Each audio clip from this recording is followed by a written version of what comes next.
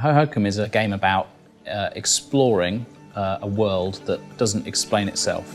All of the strange things that happen are kind of the game slowly revealing itself to the player. You can say that it's colourful, you can say that it's exploratory, you can say that it has a creative, performative element to it. I think you need to see it though.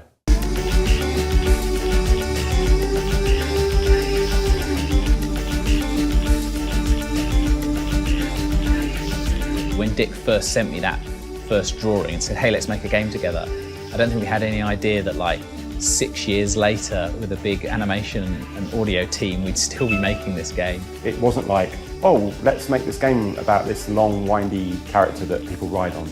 The original idea that inspired Hohokum was just, could we make a video game? It wasn't like this was a game that was the game we've always wanted to make and we had it perfectly realised. It's been a long, strange, meandering journey. Sometimes you don't know, even though it's right in front of your face, you don't know what the best thing is. And then you wake up one day and you're like, it was there all the time. So this is the first piece of Hohokum art that Dick sent me, along with the sort of message, hey, let's make a game together, I've drawn something. We just started to make these prototypes that were very loose, trying to get a sense of what it would feel like to manipulate all of this stuff. The art's evolving and we're trying new things in order to do things like give them more character.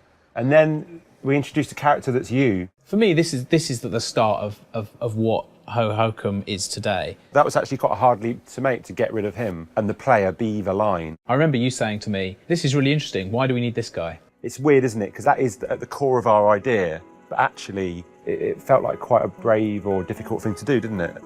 I think some of our older ideas were more video gamey ideas that were kind of fighting against the art and the mood in the game. We really wanted the game to let you go wherever you wanted and move around in the way that you want to move around.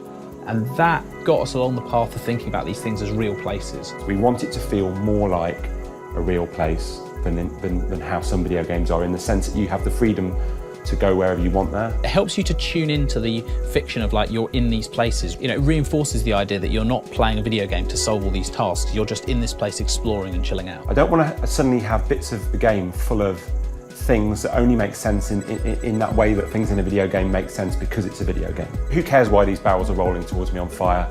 It's a video game, it's fine, you know. I like everything in Hohokum to make sense on its own terms. As we've gone on, we've developed a sense of what's going to work, where the two things sit together better. In this prototype, the game at this point is still set in a series of chambers. We were still thinking very much in terms of like what happens in video games. Oh yeah, you have a race and you have to get through the next gate within a certain amount of time. And at the end of the race, the door opened, only the door didn't really go anywhere because it was kind of the end of the level, so it just let you out of the level. This is the epiphany. This is the bit your brother was playing. He won the race, he broke out the level, and then he went, this is the best thing ever, just flying around outside here. That was kind of our epiphany moment of like, hey, it's really fun just to be this thing, just to fly around and have this kind of stunt kite experience of pinging off things and going really fast and wobbling around corners. People ask, what are my objectives? And I find that so telling that that's a thing that it's okay to ask almost, but it's kind of normal in a video game that you have objectives.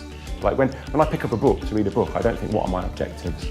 I think I'm going to go wherever this writer's taking me. If I don't like it, I'll stop reading it. Rather than, oh, now I have to absorb all of this like information about what I'm supposed to be doing and figure out how to do it well. It's just like, yeah, just don't worry about it, chill out. A lot of people are like, oh great, fantastic. That's something that in playtest, that's something that I'm always looking out for, is people doing that. It's something that I do a lot in lots of other video games. You know, I find myself just wanting to wander around looking at all the cool stuff in a bit of a game, rather than do all the objectives I'm supposed to do. And I like the idea of of having something for people to get their teeth into that they feel like they're supposed to be doing, but actually you keep wanting to just go off and muck around. Makes the goofing off feel like more valuable in a weird way. I don't think that when you're working on this stuff, you have some kind of grand vision like that to like, oh, we're going to completely reinvent what a video game can be. I think you're just trying to make something that's cool and seeing where they go. Would you agree with that? Yeah, it's going to blow people's minds.